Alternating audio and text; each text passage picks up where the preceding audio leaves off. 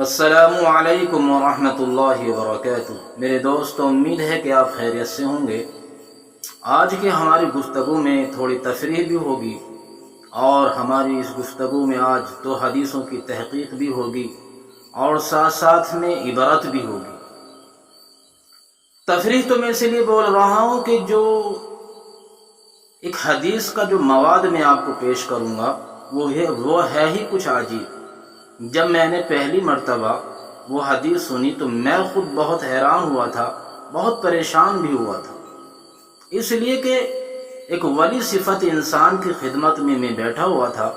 وہاں پر ایک کتاب کی تعلیم ہو رہی تھی جس میں یہ حدیث کا ترجمہ پڑھا جا رہا تھا کہ اللہ تعالیٰ ایسے عالم کو ناپسند فرماتے ہیں جو موٹا تازہ ہو، لہیم شہیم ہو۔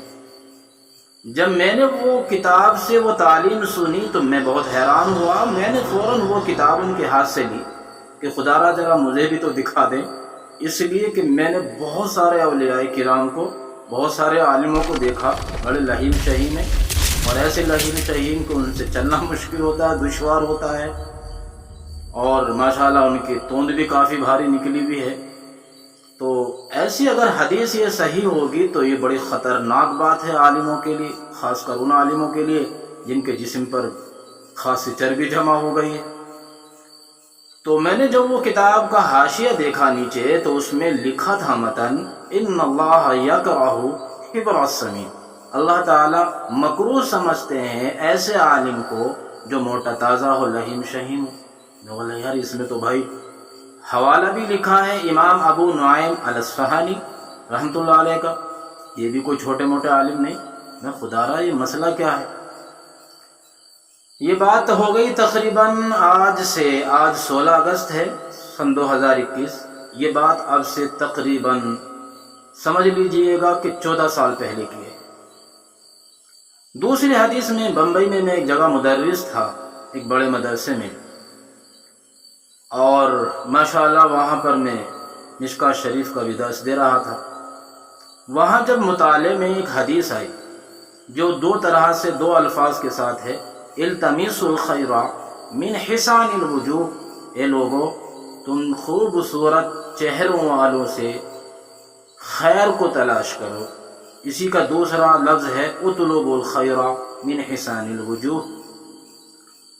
اور تعجب یہ ہے کہ اس حدیث کا پس منظر حالیہ جو واقعہ ایک بزرگ پر جو پاکستان کے عالم ہیں اور کتاب کا نام ہے خطبات دین پوری، تو اس میں یہ حدیث لکھی تھی۔ انہوں نے ایک واقعہ جج کا اس میں لکھا تھا۔ وہ کہہ رہے تھے کہ میرے اوپر مقدمہ کر دیا گیا، جج بہت خوبصورت تھے، میری جب پیشی ہوئی تو میں نے جج سے کہا، شیعہ تھے وہ، کہ اللہ کے بندے تیرے اور میرے نبی، میرے آقا، تیرے آقا نبی کریم صلی اللہ علیہ وسلم فرماتے خوبصورت چہرے والوں سے خیر کو تلاش کرو، کیا تو ایک نبی صلی اللہ علیہ وسلم کے ادنا سے خادم پر کوئی دفعہ لگائے گا، کوئی تکلیف دے، کوئی سزا سنائے گا؟ جبکہ نبی صلی اللہ علیہ وسلم نے تو تیرے بارے میں یہ کہا ہے۔ جج نے جب وہ مولانا دین پوری رحمۃ اللہ علیہ کی زبان سے یہ بات سنی اور ان کا انداز بھی بہت عجیب سا تھا، تو وہ بہت پریشان ہوا۔ اس نے کہا کہ اچھا میرے بارے میں میرے آقا یہ گمان رکھتے ہیں اور میں اس کا برعکس کروں؟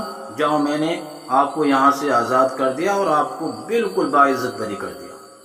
آج میرا یہی فیصلہ ہوگا۔ چنانچہ یہی ہوا کہ جب عدالت کا کام شروع ہوا اور وکلاء اور دفعات وہاں پر اکٹھی ہوئی اور بحث شروع ہوئی، ڈائلاگ ہونے شروع ہوئے، تو جج نے بعد میں یہی فیصلہ لیا۔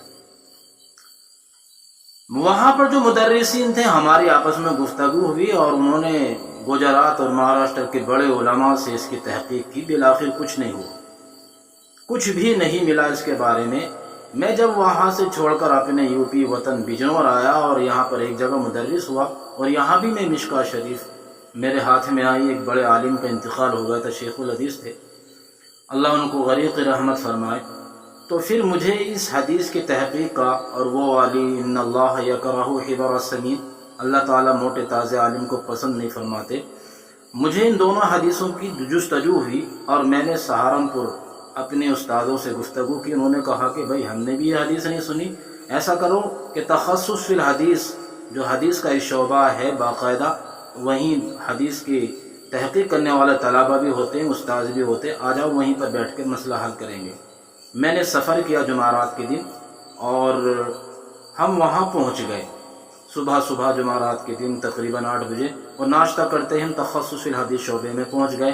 وہاں پر کتابیں کھول کے دیکھی, تحقیق کرتے کرتے بہرحال حدیث ملی, دونوں ملی. تو ایک حدیث کا نام ہے جو بہت بڑے عالم گزرے ہیں, اسماعیل ابن محمد ابن عبد الہادی العجلونی الجراحی الدمشقی. 1162 ہجری میں ان کا انتقال ہوا. اپنے وقت کے بڑے عالم, اور حضرت ابو عبیدہ بن جراح کی طرف ان کی نسبت ہے, یعنی انہی کے نسب سے ہیں, انہی کی نسبت سے ہیں.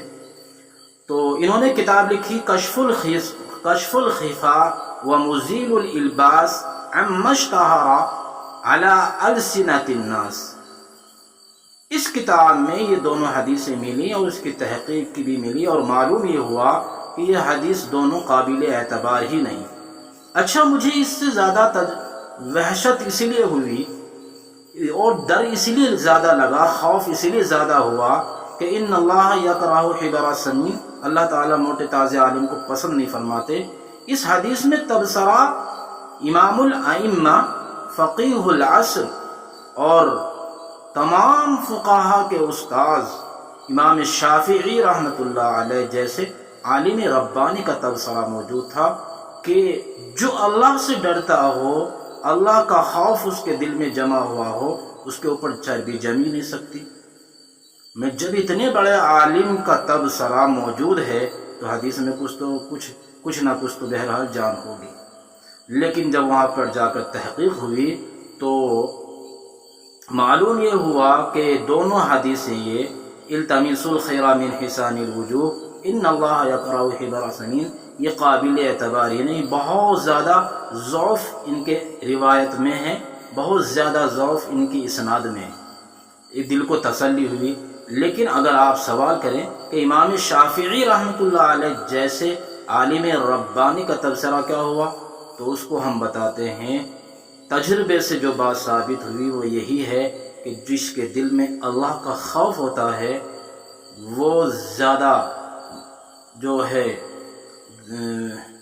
جو زیادہ متقی پرہیزگار لوگ ہوتے ہیں, جن کے دل میں زیادہ ہی اللہ کا ڈر ہوتا ہے, واقعی ان کے جسم پر فالتو چربی نہیں آتی.